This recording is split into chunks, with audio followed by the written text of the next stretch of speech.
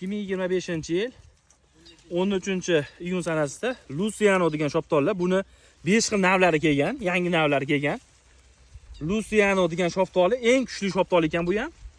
Kalibr bo'yicha chempion ekan. 30 ming so'mdan oxirigacha uzun, bu endi kech joylarda, ertagi joylarda demak 40 ming 50 ming so'm ham sotadi.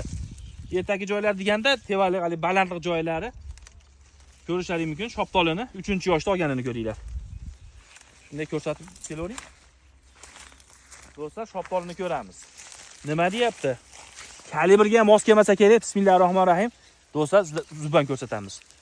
Shoptolini olganini ko'ringlar. Dangilli edi. 30 ming so'm pul shoptoliga zo'r pul. Holatlari o'ta a'lo bo'lgan. Mana ko'rsatib ko'ravering. Buni ko'ringlar. Do'stlar, 3-yoshda shoptolini ko'ringlar. Shoptoli 30 ming so'mga arziydimi, do'stlar? Mana ko'rishlaringiz mumkin. Luciano degan shoptoli yangilik, bundan 5 xil navlari kelgan. Yana holatiga baho beramiz. Eng qizig'i kalibr bo'yicha chempion. Kalibr o'lchaydigandan olib kelmadik.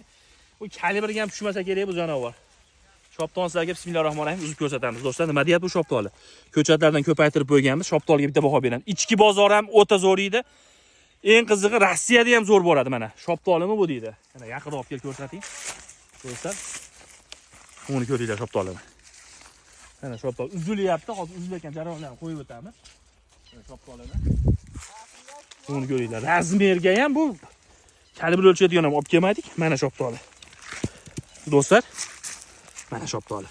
Shoptoldan boq qilaman deganlar jo'natib qo'yamiz. Ko'chatlardan ko'paytirib, mehnatiga bittadan like bosib qo'yamiz.